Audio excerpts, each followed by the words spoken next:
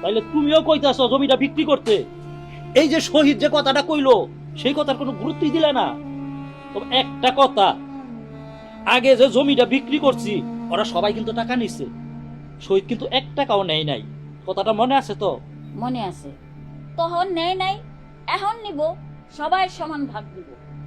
মা, আপনিও জমি বিক্রির কথা কইলেন, আমার কথাটার কোনো গুরুত্ব দিলেন না। এই জমিটার মধ্যে আমি ধান চাষ করি, দিনরাত পরিশ্রম করি এই জমিটার মধ্যে। এই জমিটার বিক্রি করার কথা শুনলে আমার বুকটা ফাইটটা চৌচির হয়ে যায়। এই তো আসল ঘটনা বাইর হয়ে গেল। জমির কাছে তো তুই আমরা কেউ যাই না, যাই আসলে তুই। এই জমি যাতে তোর হাত ছাড়া না হয়, তোর দখলে থাকে, এই জন্যই তুই জমিটা বেচতে দিতে চাচ্ছিস না। মা, এখন আমার পরিষ্কার, আমি একদম পরিষ্কার হয়ে গেছি। তোমার মেজে ছেলে মেজে ভাই চায় না যে আমি একটু বড় অফিসার হই, আমি তার মতো কৃষক হয়ে থাকি, কুলি হই, মুটেগিরি করি।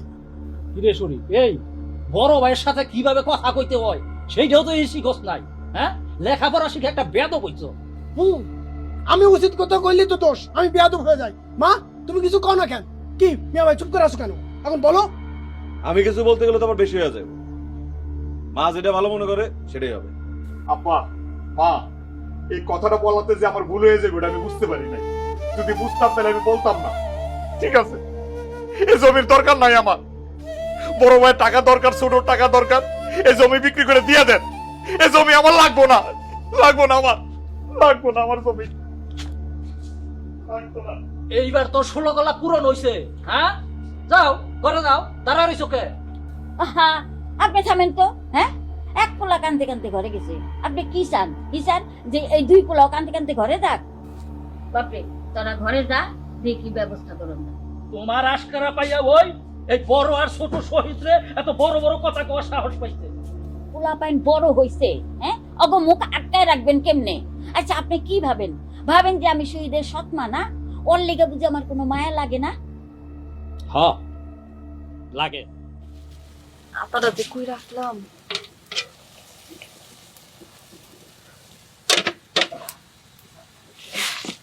আম্মা ধোয়ায় তো তোমার চোখ ফুলা যাইতেছে, তুমি ঘরে যাও। না চাচি, আমি তোমার লগে এইখানে বসে বসে রান্না শিখুম। রান্না শিখবা কে তুমি?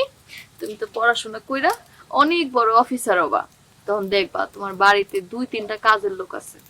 তুমি এত সুন্দর চেহারা নিয়ে রান্না করাটা একদম মানাইবো না। তুমিও তো সুন্দর, তাহলে তুমি কেন রান্না করো? মায়ের কথা শুনে না হাসি পারি না। আমি কি তোমার থেকে সুন্দর?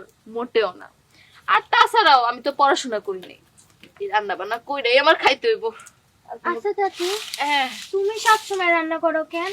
মা কেন করে না?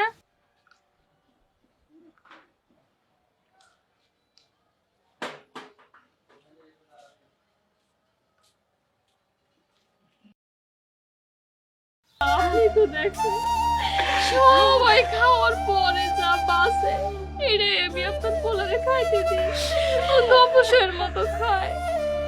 কোনোদিন ভালো মন্দ কিছু খাওয়াইতে পারি নাই আমি ওরে। ও বাবা, আমার প্রতি তোর অনেক অভিমান না? ওই বই তো আমি তোর ভালো মন্দ খাইতে দেই নাই, তোর শাক পাতা ভাজি ভর্তা দিছি, কোন মাছ গুস্ত দেই নাই। না মা, আমার দেব না না মা, আপনার প্রতি আমার কোনো অভিমান নাই। আমি তো খালি আমার নিয়ে আমি চিন্তা করি না, আপনাদের সবারই নিয়ে আমি চিন্তা করি মা। আমি যদি না থাকি আপনাদেরকে কে দেখবো মা? কিছু চাই মা, ওর বাপ নাই, মা নাই, এই দুনিয়াতে আমরা ছাড়া ওর কেউ নাই মা। মা, মা একটা কথা দাও, আমি যদি না থাকি তোমাদের সাথে রাইগো মা, তোমাদের সাথে রাইগো। আমি জীবনে কোনোদিন ওরা সুখ দিতে পারি নাই মা। আমার এই কথাটা রাইগো, তো আমার এই কথাটা রাইগো। আমি তোর মা, আমি বাইটা থাকতে তোর মরতে দেব না। তোর চিকিৎসা করাবো বাপ, তোর চিকিৎসা করাবো। তোর বাপ আছে, আমি আছি, তোর 2 ভাই আছে, ওরা ব্যবসা করে চাকরি করে, ওরা তোরে টাকা দিব। মা জানো, ওরা তোরে টাকা দিব। মা মা আপনার দুই পোলারে কন্যা কিছু টাকা দিতে আমার জামাইটা অপারেশন করে দেবো। মা আপনার পোলা তো কখনো তার বাঘের টাকা চাই নাই মা, এখন কিছু টাকা দিতে কন্যা মা। মা একটু অনুরোধ কর আমার স্বামীটারে বাঁচান। এখন টাকা ভাই, তোমার ভাইয়ের কি অবস্থা দেখো ভাই, তোমার ভাইয়ের অবস্থা দেখছো? তুমি না করো না, তুমি না আমার সোনা ভাই, কিছু টাকা দাও পরে আবার দিয়ে দিব না। হয়েছে, ধরো রে ধর। এই আমার ধরো। আমার তুই কোনো চিন্তা করিস না, ছোট মেয়ে নাই, তুমি ওটা তুমি ভালো হয়ে যাবা, তুমি ওটা ওটা আম্মা ওরা ধরেন, ওরা করে নিয়ে চলেন আম্মা।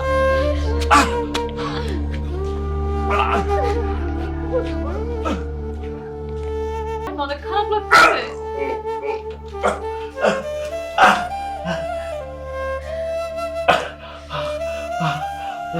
একটু শুয়ে থাও, একটু ঘুমায় যাও, এরকম অস্থিরতা করো না, সব ঠিক হয়ে যাবে। অপারেশনের পরে দেখবে আর কোনো সমস্যা থাকবো না। সাইমা, তুমি তুমি খালি গালি দুশ্চিন্তা করতেছো কেন?